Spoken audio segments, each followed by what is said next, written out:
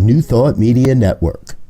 We are a global broadcast network of positive music, media, and entertainment, inspiring humanity's evolution along the journey of enlightenment and creating a world of love, peace, empowerment, and prosperity for all. New Thought Media Network. Positively inspiring. Welcome to Ministers Talking a weekly program where Rev BRZ and Rev Z and their guests chat about current affairs, world events, spiritual principles, and any old they want to talk about.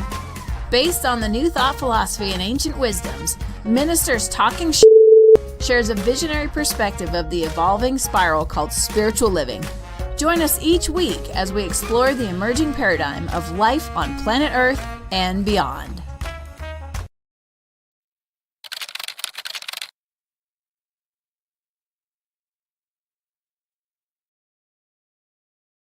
And hello, dear ones. Rev BRZ with you over here. Rev Z right here. Rev Elizabeth. And we are three ministers talking shit today here on a Friday morning. If you're new to the program, this happens every Friday morning, 7 a.m. Mountain Time. We get together and we talk about, well, just as the promo says, anything we want to talk about. And today we have from Jacksonville, Florida, a dear friend and guest, Reverend Dr. Elizabeth Cantey. She is currently the senior minister of the Center for Spiritual Living Jacksonville. And here's a big sneak peek, folks. Reverend Elizabeth is going to have a program here on New Thought Media Network starting right around the end of the month. Actually, we're going to premiere that on April 27th, I believe. Yes. So tell us a little bit about that. Get us started there. Oh, thanks. So we're doing, I'm doing a podcast, a video podcast, Living Enlightened. And you can see my book in the background there. The book comes out May 1st through Divorce Publishing. And it is sort of a concise new thought, just stuff. And its real intent and purpose is to help people, love their life, live their passion, let go of stress, let go of the struggle, let go of pain, fear, resentment, so that you can just flow, be in that flow of life. And that's what happened to me when I found these teachings and these principles and practices. And it's transformational to live life in this sense of joy and peace and happiness, which I know you guys do all the time because I see you. And so to bring that in a podcast format, I think is fun. We're going to do all kinds of interviews with authors, musicians, people who are really living in this joy and this passion and this peace or harmony. And they can share, what they know with you. So cool. I'm excited for it. It's going to happen 7 a.m. Mountain Time, which is the perfect time for Elizabeth because she's on the East Coast. That's right. So it's going to happen 7 a.m. Mountain Time on Thursdays. So for those that have been hanging around the network for a while, you know that we've got that gap on Thursday mornings. Well, that's no longer there. We're going to, starting in just a couple weeks, we're going to have Reverend Elizabeth's program in there again, Living Enlightened. Really excited for that. And of course, Robert didn't say this. They had that concept of 3 degrees of separation of everything. So the next time I'm home, which is Florida, my daughter lives in St. Augustine. She used to live in Jacksonville. I will have to make it my business to make it to your center, or at least catch up with you and get coffee. Absolutely. I love that. There are a lot of people that actually have connections in either Jacksonville, I'm in Ponte Vedra Beach, St. Augustine. Yeah. I mean, it's a beautiful place to visit almost all year. So yay. Yeah. My daughter's been trying to get me to move to Ponte Vedra, actually. And I keep telling her, she said, oh, yeah, the grandkids. I'm saying soon them grandkids going to be grown and gone. And then I'm going to have a problem. So I'll have to think about that in another way, but I will do it. Well, here's what I say, Rev Z: mountains and beaches. Yes. Do it both. Yes. Do both. You know, Yes. I am really trying to figure out how to do both. We're going to be in Colorado this summer for we're working on the details, but at least a couple weeks to maybe a couple months. Oh, nice. Yeah, you can have it all. I've heard that somewhere. Yes. Yeah. We can have it all. Let's do a couple of quick shout outs. Good morning to Lori. Good to see you, dear one. Glad you're with us. It's not morning any longer in Geneva. So Fiona, good to see you, dear one. Glad you're with us. Captain Yahoo, good to see you, Wayne. Glad you're with us as well, all the way from Calgary. We definitely have our international audience with us here today, tuning in. So, Reverend Elizabeth, before we when the early part before the show, when we were chatting, you were mentioning that now your book, it doesn't come out until the 5th of May. So can folks pre-order that? Yes, it's available on Amazon as pre-order. I think it comes out the 2nd or maybe the 1st of May, one of those. But pre-orders, it's up and ready. You can look it up by Living Enlightened or Elizabeth Cantey, either way. Cool. And you were saying that you're starting to get some recognition for it in your local area and doing some local TV interviews and stuff like that. Tell it, how's that been? What's that like? Oh, thanks. I don't know that Z and I have ever had a chance to do that for this show, so we're going to set a mental equivalent here. Tell us a little bit about what that's been like. Well, you know, it's one of those things I talk about it in the book. We talk about it in New Thought all the time, is just being in the flow. Like, I have been posting on LinkedIn, which is kind of funny because, you know, I'm just not, you know, a business or I don't, you know, networking kind of a person, but my good friend and mentor Dennis Merritt Jones posts on LinkedIn, and I'm like, all right, I don't post on. And you know, he's like, you're a post on LinkedIn. I posted on LinkedIn, and a local, you know, so there's local people that I know that have friended me, whatever that word is, you know, connections or something, and a couple of local TV. One is like Buzz TV, and one of our local Jacksonville Jaguar, former Jacksonville Jaguars stars, has a show on there, Tom McManus, and you know, so it's just kind of interesting, you know, people that you know, and 3 degrees of separation. So she just invited me to be on the show after seeing some of my posts and reading my posts. I have some quick, you know, my beach little, I call them enlightened moments, you know. Yes. And so she saw those and invited me to do sort of a spot on the show. And I think that's how it happens. It's just sort of this strange unveiling of events that you're not forcing, you're not making happen. You know, when you're going in the flow of life, it's strange what shows up. And exciting. Strange and exciting, yes. A normal combination, I think. Well, you know, it's not the striving. It's like, I got to make this happen, and I have to, you know, like the whole book, the way it unfolded and got published, really was much more. It was a flow of events rather than making things happen. I'm not very good at, you know, nose to the grindstone kind of person. I'm more of a let's float and see what happens. Living at the beach is probably the good thing then, huh? Yes. Whoops, Z, you ended up on mute there, brother. Yeah. There's a book by Dr. Sean Ginwright, who's actually out of He was born in Gainesville. He's now, I think he's this semester, he's at Harvard. But he has a book called The 4 Pivots. Oh yeah. And one of the things in The 4 Pivots is this whole idea, the contrast between hustle and flow. And he says most people are hustling, but we need to get in the flow. And so, you know, the whole gig economy, which I just heard recently, they're trying to figure out now how sustainable that's going to be, because a lot of people left corporate America during the pandemic and had these gig economy. They had 2 or 3 little side jobs, and they were able to do it. And now that appears to be stalling a bit.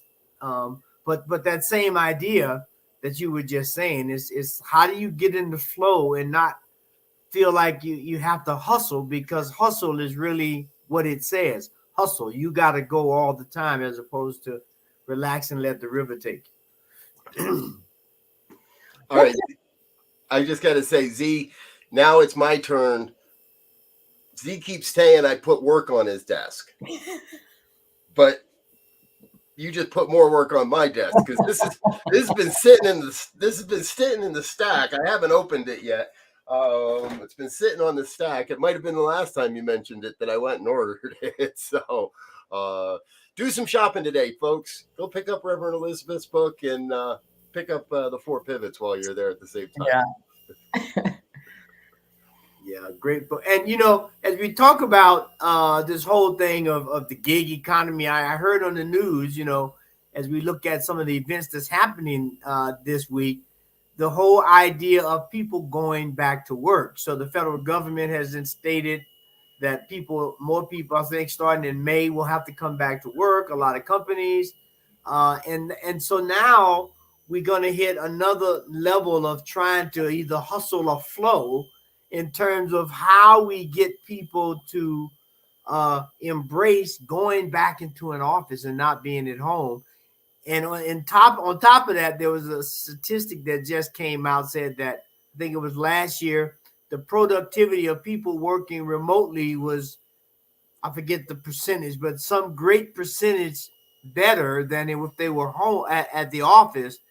And so now the real adjustment begins. What do we do with all this real estate that we're no longer using, and people are working from home and they're more productive? We're going to have some very interesting conversations around this.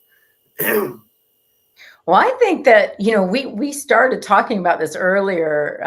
Rev Z, you said you had your daughter interned or something at Twitter back before Elon Musk. And what a creative environment it was early on. And I got to work in a place like that in Los Angeles, where I was saying that it was like, when you go to McDonald's, I'll admit it, you take your kids to McDonald's, and there's the playground, and the tunnels and the towers and the nets and all the things that they climb on. And it was like that for adults. And it was like the most fun environment. We had basketball and squishy toys and big chess pieces. And man, so if we could really take that idea of creativity, passion, that zest for living into the zest for working, and kind of restructure that real estate, the offices, from the cubicles. We were laughing because my family has a business downtown, and it was cubicles, and it was freezing, and it was like everybody's got parkas on in Florida. And you're just sitting there, trying to do your work, and you're getting coffee after coffee, and there's nothing creative. There's nowhere to go that's kind of creative. You're downtown, and we could really embrace that change right now and see what happens. That's the problem. We don't know what will happen. What will happen? I think people would love to go out of their home, because sometimes our homes are too small. Sometimes we have too many dogs or too many kids, or another partner who's working at home. And it's like, we would love to go to a creative, fun working environment where we feel honored and respected and passionate. Yeah, absolutely. Well, and this is also one of the conversations we were having before the show, that the New Thought philosophy is finding its way into those creative spaces, and it's finding its way into more popular culture, more contemporary culture every day. It's just not dressed up as a spiritual belief system any longer. I was sharing that I was on a fundraising conference webinar recently, and the presenter, I'm just sitting there going, well, where are you getting your new thought from? And she was talking about how our thoughts and our beliefs lead to our emotions, and how our emotions drive our behaviors and our actions, and how we want to tap into that in the people that are donating to our causes and organizations. And it was pure new thought.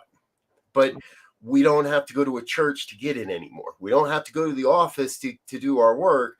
And we definitely don't have to go to a physical building to get our spiritual groove on, I guess is what I want to say. Yeah, well, and you know what has happened? They've out-trumped us, right? Because we know now people have a lot of angst, for lack of a better word, with religion, traditional religion, given some of the ways that it's been presented. And so, you know, they're saying, oh, if I can have my cake and eat it too, right? Most companies now have mental health programs and meditation programs and fitness, you know, for cooking and exercising, which is basically are all-encompassing new thought without the presence of the source of all things, or spirit, or God, or however people want to label all there is, because we know that this didn't just create itself, right? But that idea of a creative source has been so misused and so ill taught that now people can say, hey, I can, for a little while anyway, I think, because at some point there are going to be points that can't be reconciled, and you're going to need to bring spirit back into the picture. For sure. Well, you know, and my book, the subtitle is The Joy of Integrating Spirit, Mind, and Body. And so what you were pointing out, I think, Rev Z, is that we as a culture have begun to really embrace that mind, body, you know, that's kind of well known now. Meditation is a word that almost everyone's heard. Mindfulness. I remember when my son was really sick, and some of the brochures they'd hand you at the doctor's office on depression and different things, the last page would be, oh, and you might want to try meditation. Everything else is drugs and therapies and different things, you know, psychiatrists, psychologists. And then it would be like, oh, and meditation, you know, and mindfulness, do mindfulness training, meditation training. And so it's in, you know, that mind body, you know, connection. It's become really well known. And just what you said, you get to a point that now you sense and you feel that connection, and you know there's something more. And that's spirit. You know, that's that's what you connect with when you're meditating, but they won't tell you that in that brochure. You know, because you know, some government rule you're not allowed to for funding or this or that. But it's like that's what you'll connect with, that deep source, you know, that sense of who I am and what is radiating through me and all of that. So it's interesting. We're moving in that direction. We're becoming the third or fourth page in the pamphlet rather than just the back page of the pamphlet, right? We're moving up, decade by decade. And you know, I reflected on this myself recently, that America at one point was very much, and I think very proud of being, quote, a Christian nation. Yeah. But we saw a lot of things that a lot of people said were Christian that did not act very Christ-like. And such the pushback against anything that even remotely appears like organized religion. And Centers for Spiritual Living, New Thought, Unity, Divine Science, what's out there, so many of us got lumped into that, I believe. And people didn't, it seems like it's the toughest call in the world. So we have to be, everybody's got to be like uber careful to not sound too religious. And so we don't talk about the places where we're in community. We don't talk about bringing spirit into the workplace. And what we know, however, is it's powerful. It changes things, and your workplace can become a much more, I don't want to say spiritual place, because that's not what its intent is, but it can be infused with the philosophy and the spiritual aspects of life. Yeah. And it's like, you know, it's like trying to understand why I jump off the building and I always hit the ground. It's like trying to understand life without God. Although you can't see gravity, you know, after one little try that I don't do that because I know what's going to happen. And so I can do all these other things and try to ignore gravity, but gravity is still there, and it will make me comply, right? And so the same thing with spirit. Spirit won't necessarily make you comply because it understands that you have free will. It was created that way, but it will insist that there are certain laws that if you put yourself in certain relationships to that law, it has nothing to do with you personally. I'm not mad. I'm not judging you. I'm not doing any of that. It's just that if you put yourself in a certain position to the law, i.e. gravity, on this building, and I walk off thinking I'm not going to fall down, then have a nice day. And so we have to begin to teach or express however we want to say it so that it's more acceptable to people that there is as Ernest Holmes says, there is a power in the universe and we can use it. And when we can understand that, we can get beyond these labels of God or Allah or Jehovah, or all these things are just some label to make us have a reference point. Right. But if we get stuck to that reference point, now we still lose perspective because that may have been appropriate in this moment. The next moment, I need to say something else. So we got some work to do in that regard, but we know spirit is always present. Yes. Absolutely. Yeah, that was a good analogy. I love that. You can't see gravity, but you can see the effects. And you can use that same idea with love, with compassion. No one can grasp it and say, "Here, let me sell you this jar of compassion," so you can use it. You need it. But you can see the effects of compassion. I mean, they're doing studies now in the workplace, in especially places where it is pretty dismal to work in. Let's just say it's high stress, it's busy, it's cubicles, it's beige. It's like, and they're doing these studies that being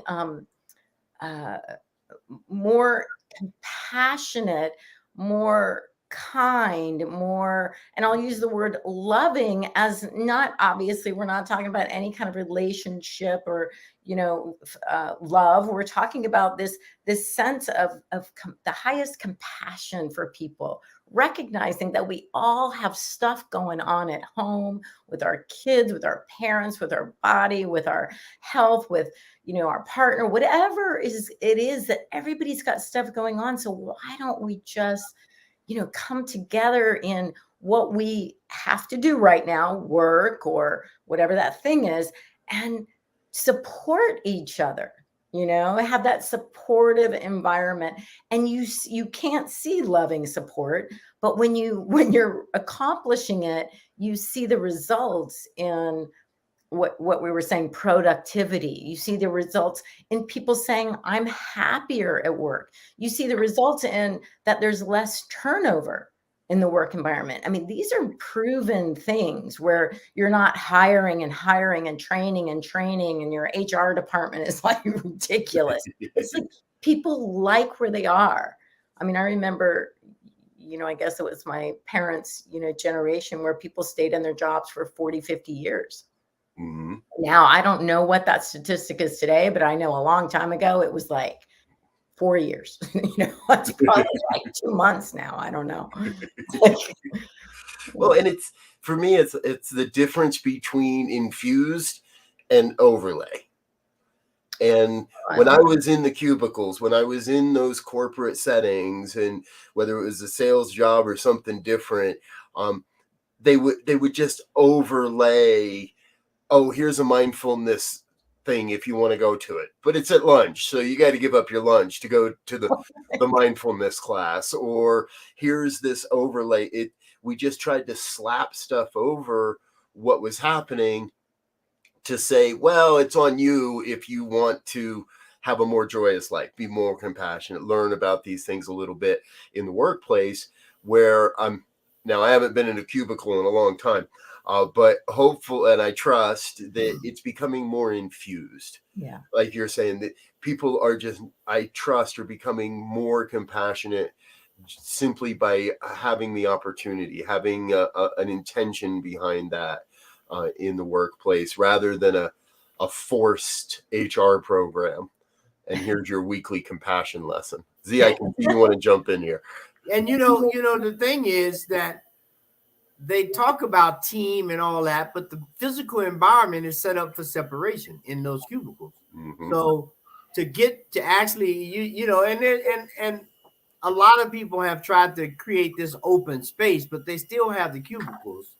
And so if I want to talk to you, I either have to schedule time in the open space, or I got to stand up over the cube. And then if I'm talking to you, an inspiration hit, then everybody around me saying, "Be quiet! I can't think. I can't."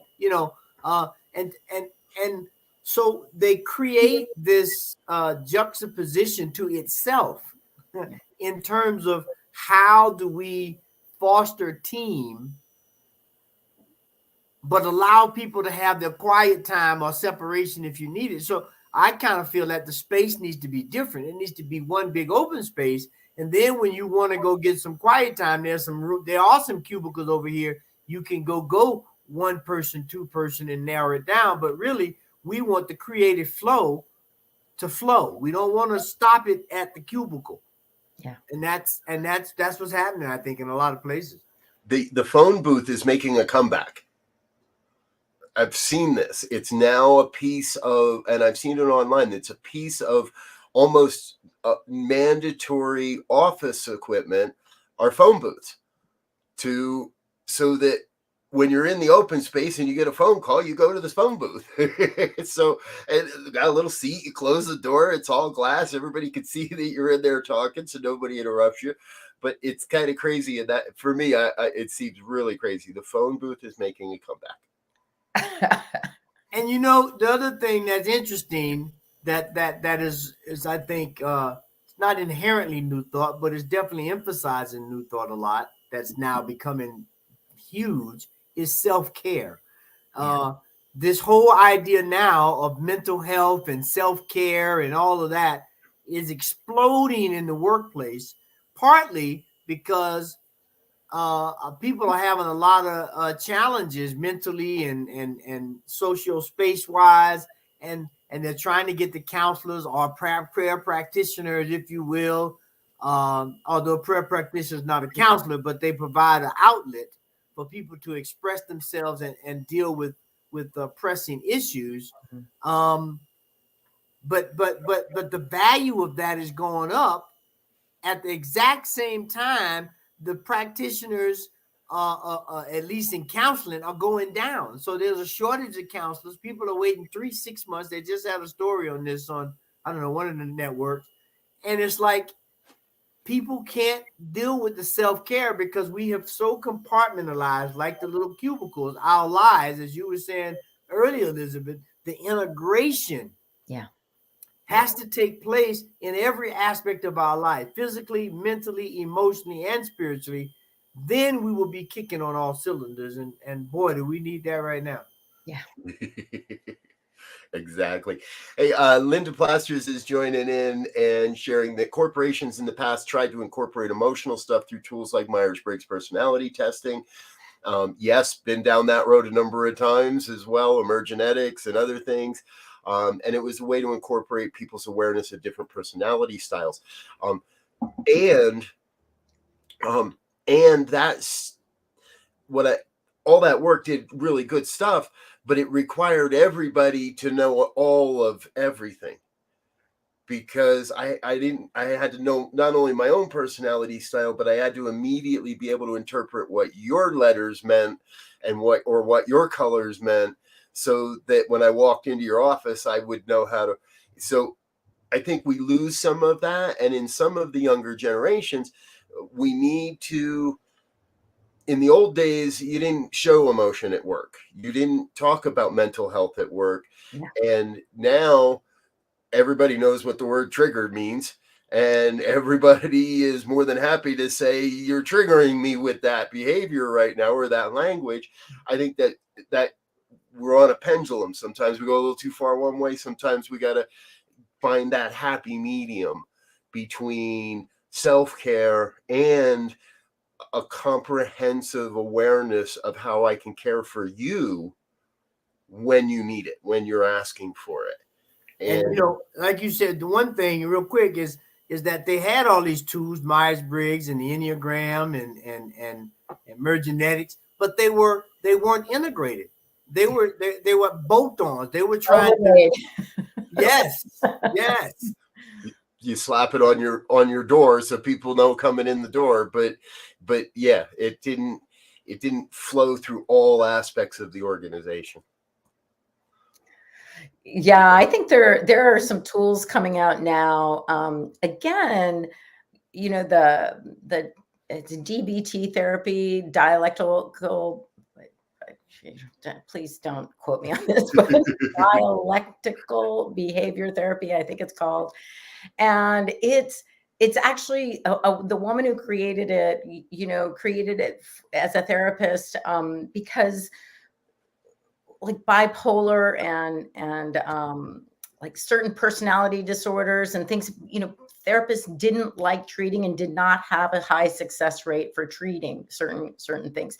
And she knew this, and she actually went somewhere, it wasn't India, but somewhere like that, Thailand, somewhere, stayed in a monastery, learned Buddhism, learned the ideas of non-attachment, learned the ideas of thoughts become things. So what are you thinking? And it's your thoughts about things that are really stressing you out, not necessarily the thing that's happening. The thing that's happening is just happening.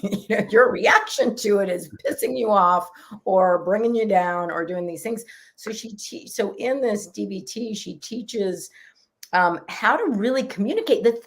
What's amazing is that it's really what we should be teaching our kids in school. It's the simplest things, how to ask for things without demanding them, how to get what you want or what you need or what you think you need, and be, we were talking about this earlier, reasonable about it, like being reasonable, understanding what is reasonable, because that means you have to understand how the other person might receive your request to, your deadline's been moved up 2 weeks, you're this, and I need it tomorrow. I need it on my desk tomorrow. All these things that are so stressful. It's like, the way we communicate, and we mentioned, how we support each other in those environments.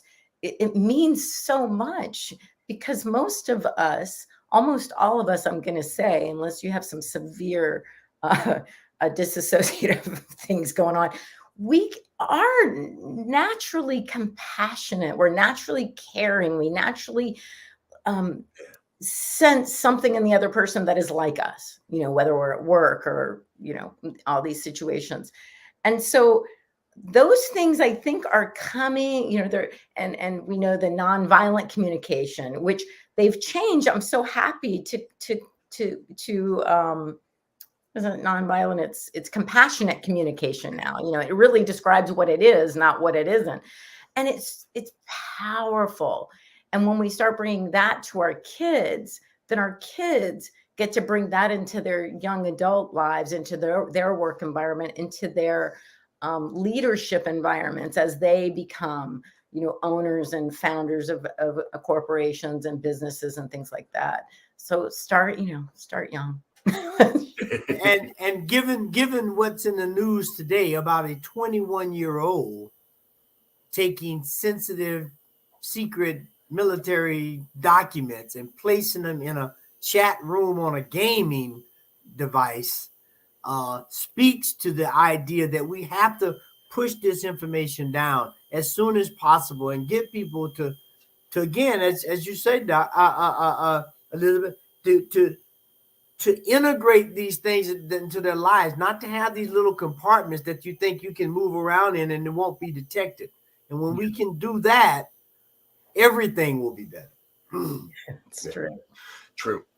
My understanding is that young man, in many ways, was bragging, was in a cycle of trying to prove to the other people in that small community that he was much more powerful maybe than than they thought, or so. And that comes, the other part that I'm hearing is that he was being bullied in these gaming chat rooms, and so started releasing, oh yeah, well look at what I got, and trying to prove himself. And at 21, right, we should not, my opinion is, that's not a time where we need to be proving to anybody that we're valuable. Those are the years where we should, if we're brought up knowing we're valued, knowing that who we are matters, knowing that we're making a difference just by being a compassionate, loving person on the planet, then we're not going to end up with these types of situations. Right. I think we talk a lot on this program, folks, about guns and the gun problem in America. And yes, I call it a problem. And we're right there in that same thing. If we bring more people up with a deeper sense of compassion, a deeper sense of integrating these belief systems into our lives, we're going to eliminate that problem. Absolutely. It's just going to kind of go away. Wouldn't that be nice? Well, I mean, yeah. It's like but it's amazing because we grew up in this culture where we, it's like work hard, prove yourself, compete, not create. We teach our kids, my son's 19 now, he's a sophomore in college, and he still has to, regurgitate everything that he's been taught. Like he doesn't get to decide how flawed or perfect it is, or how it fits into society, these teachings. No, it's like, just say what you learned, spit it out, get the grade, go on. And I'm okay. I mean, I'm not okay with it, but I'm okay that we know that's the system right now. But at some point when it shifts and we're actually teaching creativity, being unique, understanding yourself at these young ages, not competing, not when Sally gets an A and you got a C. It's like it's like these are her gifts, these are your gifts, these are his gifts. Let's just call them out as we, but then you have compassionate teachers who were willing to see the uniqueness in all children and not have them bound to the standard, which is A, B, C, D, F. And those things, I tell my son all the time, I'm like, pick one problem, just one. You got a boatload to pick from, but pick one and create with your friends some solutions. Start creating some around. And the funny thing here that you brought to mind is, like, when we look at traditionally what college was, liberal arts, right? That was the purpose. It was the liberal arts because they made sure up front that you got the basics at that, the reading, writing, and arithmetic, if you will, and then they allowed you to integrate that stuff to a problem, not just get the grade. It was a way, how do I take math and science and reading, and writing and social studies and apply this again integratively to a problem? That's what created the Renaissance. That's what created the Enlightenment period. That very idea of integrating all this knowledge back to its whole. We had to separate it to look at the difference between chemistry and biology, but in actuality, you can't separate them because they're one thing. Chemistry affects biology, biology affects chemistry. And when we can begin to see that in every arena, socially, economically, resource-wise, we are going to be way ahead of the game. And I think now New Thought is bringing that idea back to the forefront for us to say, yes, let's get busy. Absolutely. We're going to have to wrap this up here soon, folks, but we're having so much fun. You reminded me, there's any of those old trite phrases have become for me just so somebody says, oh, we work hard and we play hard. Yeah, no. No, that's abusive. That ain't how, that's not how it's supposed to be, right? It's not, because then if we work hard and play hard, there's very little room for compassion. Yeah, there's very little room for and oftentimes the play hard becomes obligatory on the weekends and after work. So no, you're just taking more of my time. You're not giving me space to be with my family. You're not giving me space to go out and enjoy a hobby or do something else. Life, if we're not careful, can become one thing, can become all consuming. Yeah. And if it's a job, or if it's our work, if it's our income, I think that's why you're sitting here looking at a few people that don't do any of that. Because we've learned over time to you can't work hard, play hard, and create work-life balance at the same time. And the work-life balance needs to be flexible, not just, oh, here's your half hour of life balance for the day, or we don't yell too loud when you take take off for a doctor's appointment. What a great conversation. This has been fun. Let's do this. We need to say hello and thank you to our sponsors and our donors and let them get a little bit of love here. And then we'll come back with our final thoughts and wrap this up for the morning. So folks, don't go anywhere. Stay with us. We're just going to take 1 minute to say thank you to our donors and sponsors. Stay tuned.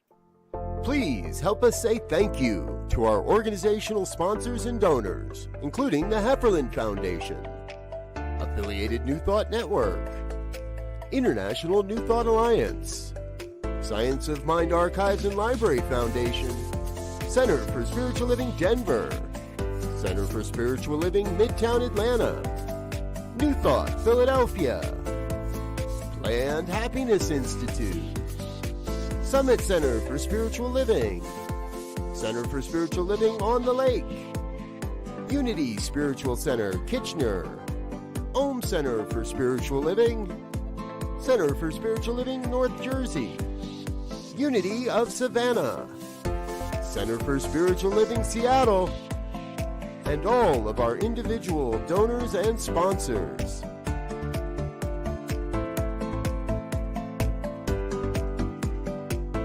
Thank you for being a part of the New Thought Media Network. Please come be you. All right. And folks, if you'd like to become a part of the New Thought Media Network, please head on over to our website, ntmedia.org. Click on the donate button and drop a little something in the kitty. Help us make sure we can get this message out far and wide all across the planet. If you've got something you'd like us to cover on this show, please send us an email, ministertalk@ntmedia.org. If you have someone you'd like to see us bring on to the show or a conversation you'd like us to have, let us know. We'd love to hear from you at that email address as well. All right, final thoughts for the day. Let's get our Friday kicked off. Rev Z, how about if we give this to you first? Well, I mean, I think for me, the most important thing that we've talked about today was we need to integrate so we can coordinate. Oh. He always makes this tough on everybody else. Say it again, Z. Integrate so we can coordinate. There we go. All right. Reverend Dr. Elizabeth, how about for you today? I can't top that. But yes, how about that? Just ditto, just like absolutely. And just thank you guys. Yeah. Absolutely. Thank you for being with us. We're glad you're here. Again, folks, remember Reverend Dr. Elizabeth's new program, Living Enlightened, on New Thought Media Network, premieres on Thursday morning, April 27th at 7 a.m. Mountain Time. She'll be with us every week in that time frame. So like, share, subscribe, tell your friends what we're doing, and plan to join us for that program on Thursday mornings. For me, the word today is definitely compassion. And I think that's, for me, that's definitely one of the most important pieces of all of this, is to approach everyone we encounter with a deep, deep sense of compassion for them, for ourselves, for the human experience.